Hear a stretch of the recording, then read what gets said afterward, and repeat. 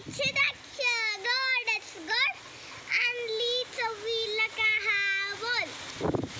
काय झालं त्यांना म्हणाला दादा आम्हाला काही परीक्षेची भाजीची नावं काय रे, टमाट्याची नावं काय रे.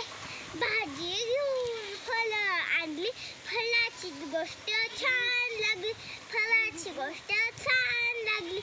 आता आपण जातो फिर फिर फिर फिर करून येतो, आपलं घर जवळ जात जात पळत येतो. आपलं इकडं रान हाय, आपण चांगली फळ हाय, चांगली